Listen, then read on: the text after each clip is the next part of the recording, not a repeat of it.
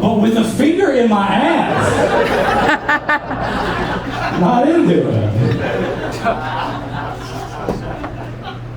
I had to quit my job. This time last year, I was out fishing in Alaska. I used to be a commercial fisherman, making a bunch of money catching salmon.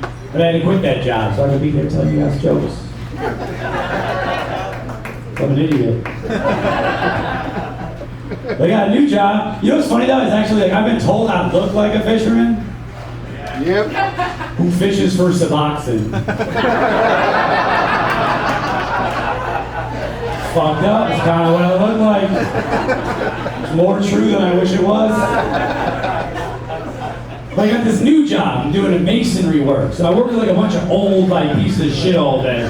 There's like not a whole lot of young guys getting into masonry. So I work with these like old guys. They can like barely do the job anymore, you know, but they're just like hanging around the job site because they're like, oh yeah, boy, shit's getting built, man. Boy.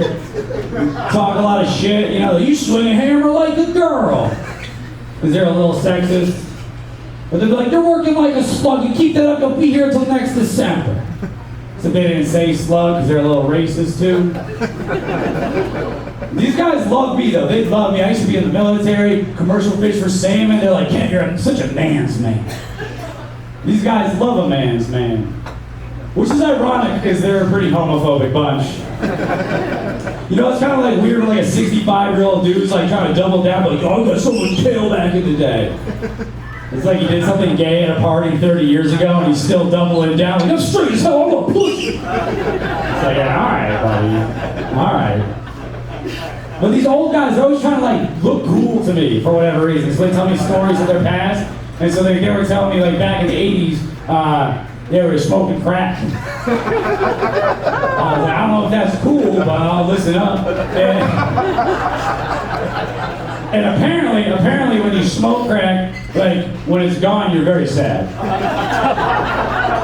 And so you end up like looking around the carpet and stuff to like try to find little pieces of crack when it's all gone. So what they did is they would just buy extra and sprinkle it on the floor beforehand. So they had some real treasure to find.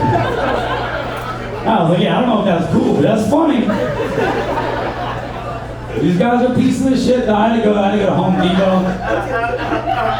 He's losing his shit over here, dude. But fucking, I had to go to Home Depot with one of these old dudes. And, you know, he's just like, because he can't like lift anything, so I had to help him load his truck. We're walking around Home Depot, and he's talking loud and stuff, and talking about like the transgender community, and he's not happy about it. And he was like talking around, I'm like, damn, dude, I got gay family members living on to make me feel weird. I don't know what to do. So I just reached down and held his hand.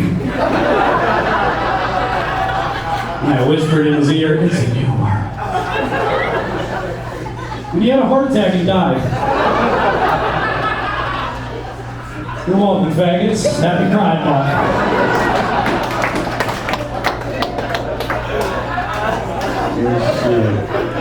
But like I said, I'm gonna miss my job in Alaska. I'm gonna miss it, man. I'm gonna miss it because Alaska's cool. Like Alaska's great. Like I met so many like cool, creative, crafty but dumb people in Alaska. Like I met this one guy. He made wooden spoons. And he did a lot of heroin. Burnt down so many trailers, dude. It's like you need a metal spoon, man. I've been doing that. But I'm gonna miss it, man. I'm gonna miss it. But how I got the job commercial fishing in Alaska is before I was trying to pursue the career to be a comedian, I was pursuing the career to be a mountain guide. Because apparently I don't like money. But I was out there in Alaska, I was on a 30-day mountaineering trip in Alaska.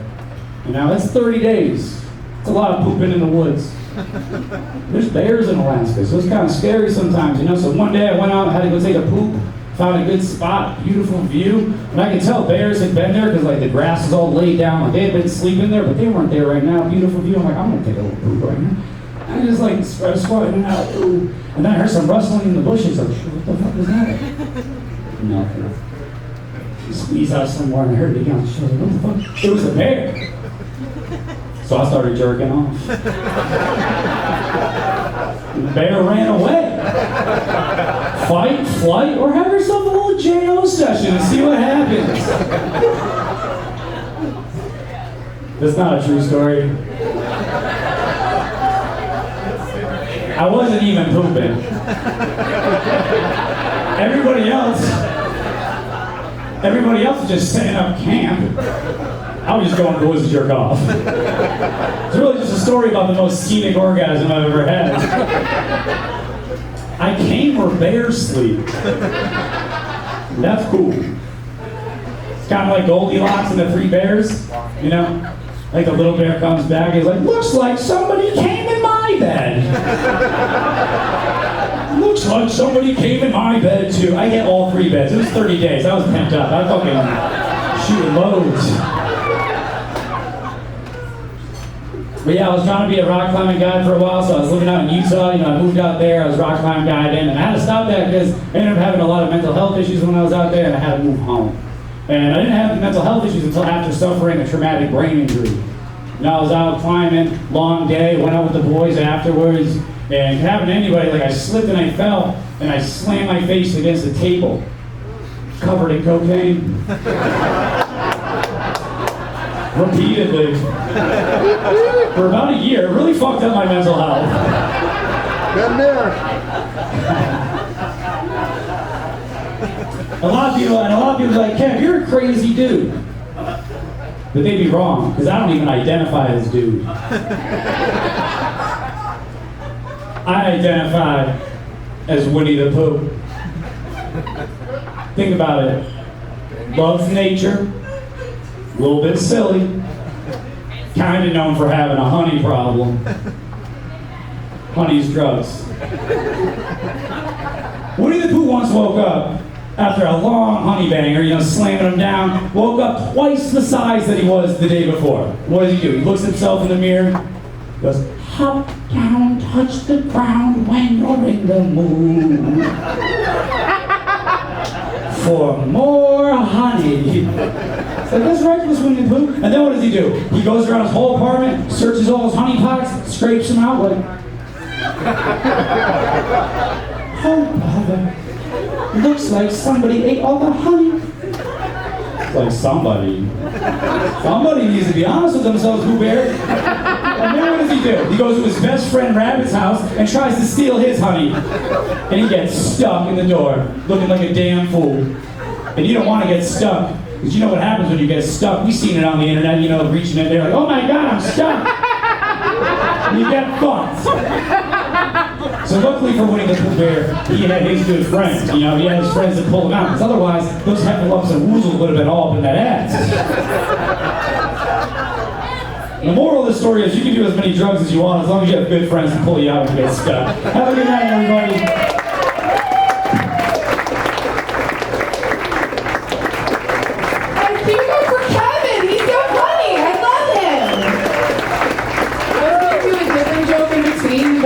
I don't know about you guys, but I was curious if Winnie the Pooh's stuck porn exists, and it does. First Google search, I just want to tell you guys this: sweet, sticky, and stuck. That guy's gonna beat off to it later, alright guys? You ready for your feature of the night? Alright guys, this is very funny, one of my closest friends. He has a podcast called Fucked Up Podcast. Keep the energy up, keep it going! Keep it going, Simba!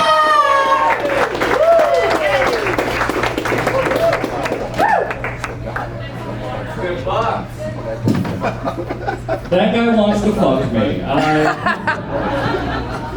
Aisha, they didn't like you. You just got on stage and said this was your show, and every guy's like, yeah, but the fucking Celtics are on too. I don't fucking... You guys don't like the Celtics here? You do.